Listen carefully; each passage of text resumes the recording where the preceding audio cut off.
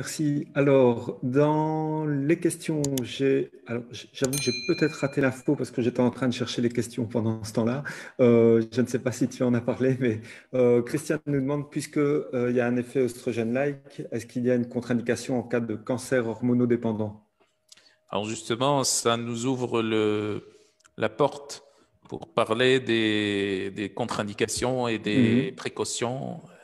Et donc, avant de commencer de parler pour les contre-indications, il faudrait savoir que donc l'une des précautions à prendre, c'est le fait de le prendre plutôt le matin, de prendre le bourgeon de cassis le matin. Pourquoi? Parce que euh, si on le prend le soir, le fait de stimuler le catabolisme, de stimuler le système nerveux sympathique, ça pourrait avoir des effets enfin des effets délétères sur le sommeil. On Oui. pourrait avoir des insomnies. Bon, c'est pas toujours le cas. Il y a plein de gens qui prennent ça le soir et ça n'a pas d'effet sur ça, mais certains répondent en, enfin, en ayant des problèmes de sommeil. Mhm. Bien que, donc le mieux, c'est de prendre ça le soir.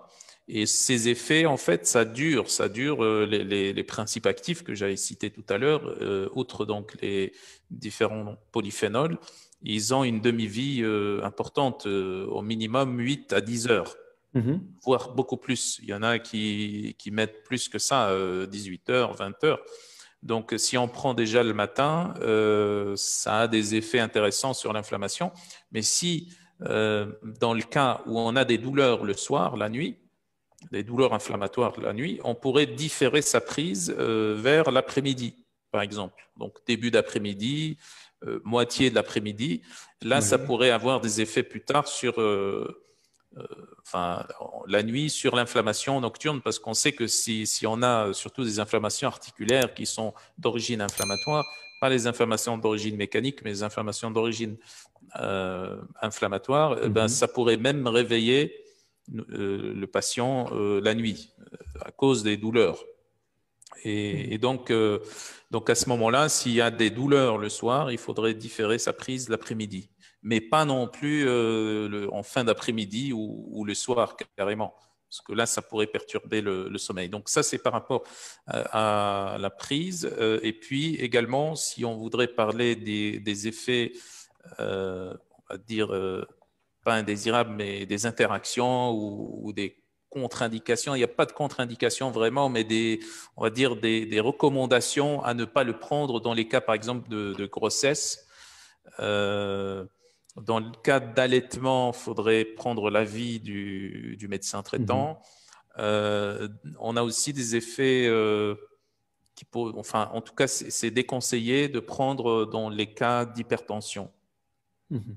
et potentiellement des effets d'interaction avec des anticoagulants, des effets aussi d'interaction avec des médicaments pour le cœur chez les cardiopathes. Et là aussi, il faudrait éviter, quand on a des problèmes cardiaques, là, des arythmies par exemple, il faudrait éviter de prendre aussi. Et aussi, dans le cas comme l'a signalé Christiane, donc Mhm. dans les cas de cancer hormonodépendant, c'est déconseillé. Il faudrait éviter euh, de prendre, bien Oui. que, comme j'avais expliqué, l'effet œstrogène-like n'est pas très prononcé. C'est l'effet œstrogène-like du cassis, le fruit en lui-même, est beaucoup plus important que celui du bourgeon de cassis. Mais c'est pour ça qu'on dit que c'est déconseillé. Ce n'est pas formellement contre-indiqué, mais c'est déconseillé, il ne faut pas le prendre. Voilà.